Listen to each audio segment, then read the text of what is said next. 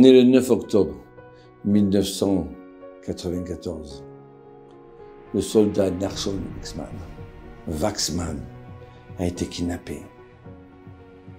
Il habitait Ramoth, Jérusalem, dans mon quartier. Vous savez quoi? Comment, d'un côté, on était peinés. Chacun, c'était son fils. On s'est tous mis à prier. Le soir, on s'est réunis tous ensemble. Mais de partout, les synagogues, elles étaient explosées, plus que Kippour, elles étaient pleines. De tous bords. Et là, on s'est mis à prier. Mon Dieu, aide ces parents-là. Sauve Nachshon Waxman. Et on a lu Télim, et on a lu Télim. Et voilà que le vendredi, il a été assassiné.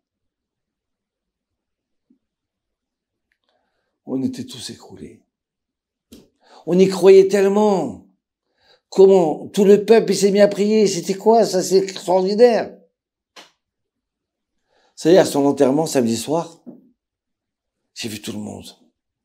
J'ai vu des gens sans kippa, qui mettaient une kippa.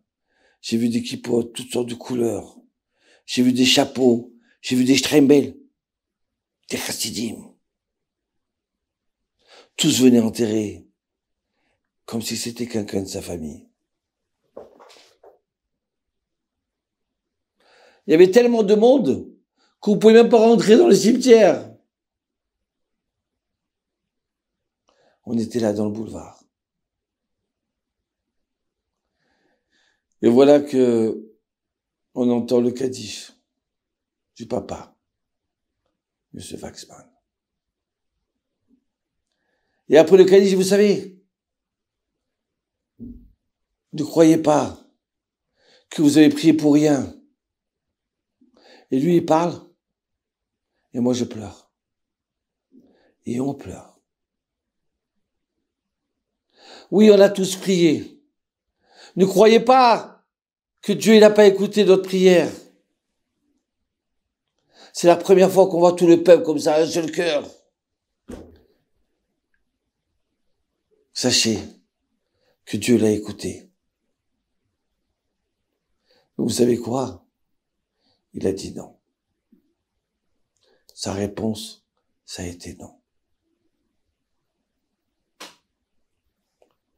Il a le droit de dire non. Il sait ce qu'il fait. Alors là, vous savez quoi? J'étais écroulé. Mais c'est pas un homme, c'est un ange. C'est un ange qui parle comme ça. Et dans la semaine, la maman, elle vient et nous dit, vous savez, j'ai la émouna. J'ai la émouna. C'est ça qui nous fait tenir. C'est cette foi-là. Cette foi qu'on sait que Dieu, quand on a terminé son travail dans ce monde-là, eh ben, on monte en haut. Et on monte encore plus haut. Et Dieu voulait mettre encore plus haut. J'ai la émouna que, à la naissance, déjà Dieu, il a donné le nombre d'années à mon fils, Nachshon, de vivre. Donc il est mort pour le peuple d'Israël, à la fin de son contrat. Vous savez, j'étais comme un bébé là. J'ai dit, mais c'est quoi de doute? C'est des anges, ça. J'ai vu des rabbinim. J'ai vu le Rav Yosef, quand on lui a dit qu'un soldat était mort. Combien il a pleuré. J'ai vu le Rav Mimoun, quand il racontait l'histoire de Nathan Elbaz.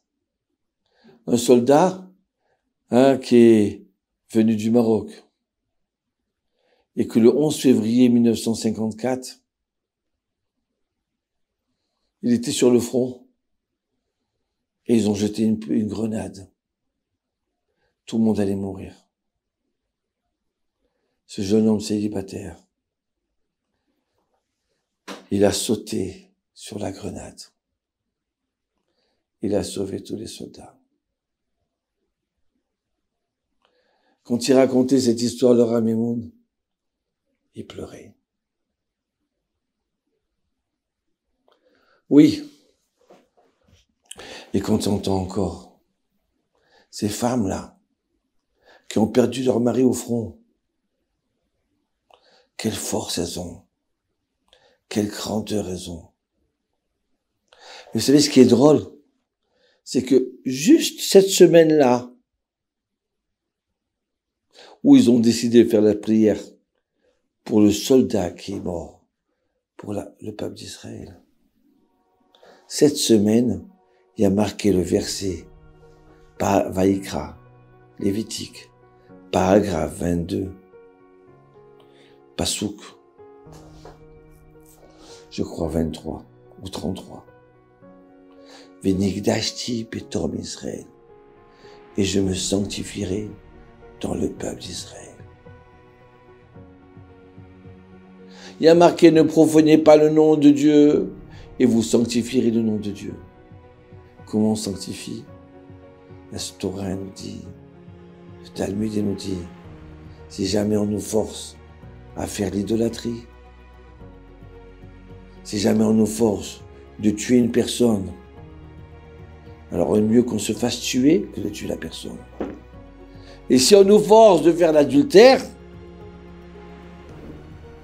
alors mitzvah, d'accord, de se faire tuer que de prendre cette femme mariée. Ça s'appelle « Et je me sanctifierai dans le peuple d'Israël ». Ouais, juste dans la paracha, là. Combien, depuis 2000 ans, les Juifs, les bénis Israël, qui n'ont pas fait de mal aux autres nations, à l'Inquisition, en Italie, en France, en Allemagne, au Maroc, ils se sont sanctifiés dans le peuple d'Israël. Oui, on a eu des héros. Des héros qui sont partis, et nos sages ils nous disent qu'ils sont dans un endroit dans le ciel encore plus haut que ce qu'on peut penser là.